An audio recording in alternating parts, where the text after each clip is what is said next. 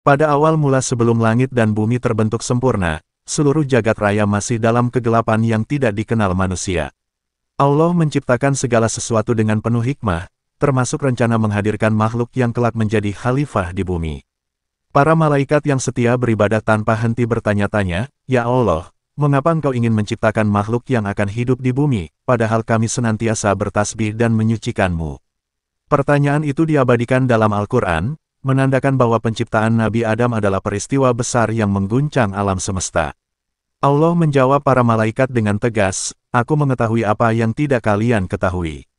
Jawaban ini bukan sekadar teguran, tetapi juga isyarat bahwa di balik penciptaan manusia, ada rahasia agung. Manusia akan diberi akal, hati, dan kehendak bebas untuk memilih ketaatan atau keburukan. Allah ingin menjadikan manusia sebagai khalifah, pemimpin di bumi yang mampu menjaga, memakmurkan, dan menegakkan keadilan. Disinilah awal kisah Nabi Adam AS sebagai manusia pertama dimulai.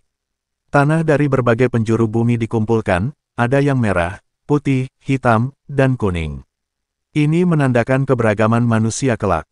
Dari tanah liat yang dibasahi air, dibentuklah sosok jasad yang indah dan tinggi menjulang. Proses ini berlangsung lama, hingga bentuk Adam siap ditiupkan ruh kehidupan. Allah mengajarkan bahwa asal manusia bukan dari cahaya seperti malaikat, bukan pula dari api seperti jin, melainkan dari tanah, simbol kerendahan hati dan kesederhanaan. Setelah jasad Adam terbentuk sempurna, Allah meniupkan ruh ke dalam tubuhnya.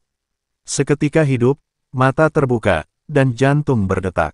Malaikat menyaksikan keajaiban itu, sementara iblis yang ketika itu masih bersama malaikat, merasa iri dan sombong. Allah memerintahkan seluruh malaikat sujud hormat kepada Adam, sebagai bentuk pengakuan atas kemuliaan ciptaan baru ini. Semua bersujud kecuali iblis, yang menolak karena merasa dirinya lebih baik. Penolakan iblis inilah yang menjadi awal permusuhan abadi antara manusia dan setan. Allah mengingatkan bahwa tugas manusia bukan hanya untuk hidup, tetapi untuk berjuang melawan godaan. Adam diberi pengetahuan nama-nama segala sesuatu, simbol ilmu pengetahuan yang membedakan manusia dari makhluk lain. Inilah bukti pertama bahwa tujuan penciptaan Adam bukan hanya untuk tinggal di bumi, tetapi juga untuk membawa ilmu, iman, dan petunjuk Allah. Setelah Allah memberikan ilmu kepada Adam AS, para malaikat diminta untuk menyebutkan nama-nama benda yang ada di hadapan mereka. Mereka tidak mampu melakukannya, lalu Adam dengan fasih menyebutkan nama-nama itu satu persatu. Hal ini menjadi bukti kelebihan Adam, bahwa manusia diberi potensi ilmu pengetahuan. Allah kemudian berfirman kepada para malaikat bahwa Dia mengetahui rahasia langit dan bumi, serta apa yang tampak dan tersembunyi di dalam hati.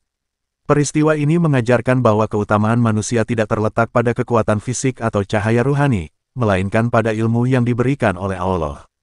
Pengetahuan inilah yang kelak digunakan untuk membangun peradaban, menulis, membuat alat, dan meneliti ciptaan Allah. Namun, ilmu harus selalu diiringi iman agar tidak menjerumuskan manusia pada kesombongan. Adam menjadi simbol keseimbangan antara akal, ruh, dan jasad. Allah menempatkan Adam dan istrinya, Hawa, di surga. Mereka diberi kebebasan untuk menikmati seluruh kenikmatan surga kecuali satu larangan, tidak boleh mendekati satu pohon tertentu. Larangan ini bukan karena pohonnya berbahaya, tetapi sebagai ujian ketaatan dan ketundukan kepada perintah Allah. Ujian ini mengajarkan bahwa kebebasan manusia selalu disertai tanggung jawab. Iblis, yang telah bersumpah untuk menyesatkan manusia, mulai menggoda Adam dan Hawa. Dengan tipu daya halus, iblis membisikkan bahwa larangan itu hanya untuk menghalangi mereka menjadi makhluk kekal. Mereka tergoda, memakan buah pohon larangan, lalu kesalahan itu segera disadari. Adam dan Hawa merasa malu, memohon ampun kepada Allah dengan penuh penyesalan. Allah menerima taubat Adam dan Hawa, tetapi sebagai bagian dari takdir, mereka diturunkan ke bumi. Turunnya Adam bukan sekadar hukuman, melainkan bagian dari rencana besar Allah, menjadikan manusia khalifah di bumi, membangun kehidupan, menguji iman, dan menunjukkan jalan kebenaran. Inilah awal kehidupan manusia di muka bumi, bukan untuk bersenang-senang semata, tetapi untuk mengabdi kepada Allah. Di bumi, Adam dan Hawa belajar hidup sederhana. Mereka memanfaatkan tumbuhan, air, dan sumber daya alam untuk bertahan hidup. Allah mengajarkan cara bercocok tanam, membuat pakaian dari serat alam, dan mendirikan tempat tinggal. Kehidupan manusia pertama dimulai dengan penuh kesederhanaan, jauh dari kemewahan. Semua ini menunjukkan bahwa tujuan manusia bukan mengejar dunia semata, tetapi bersyukur atas karunia Allah. Adam juga diberi kemampuan untuk membedakan halal dan haram melalui wahyu. Allah mengutusnya sebagai nabi pertama, bukan sekadar manusia biasa. Ia mengajarkan anak-anaknya untuk menyembah Allah semata, menghindari kesyirikan, dan saling menolong.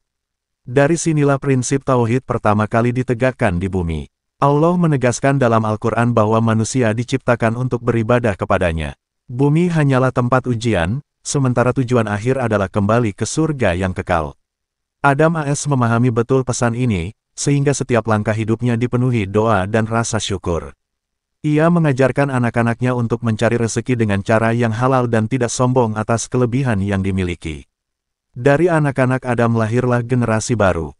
Namun, tidak semua anak Adam taat. Kabil membunuh Habil karena iri, menjadi pembunuhan pertama dalam sejarah manusia. Peristiwa tragis ini menunjukkan bahwa manusia memiliki kebebasan untuk berbuat baik atau jahat, dan setiap perbuatan akan dimintai pertanggungjawaban. Allah mengajarkan melalui kisah ini bahwa nyawa manusia sangat berharga. Nabi Adam selalu mengingatkan keturunannya bahwa mereka diciptakan bukan untuk berbuat kerusakan, tetapi untuk memakmurkan bumi dengan keadilan dan ibadah. Ia mengingatkan bahwa dunia hanyalah tempat persinggahan, sementara kehidupan sejati adalah akhirat.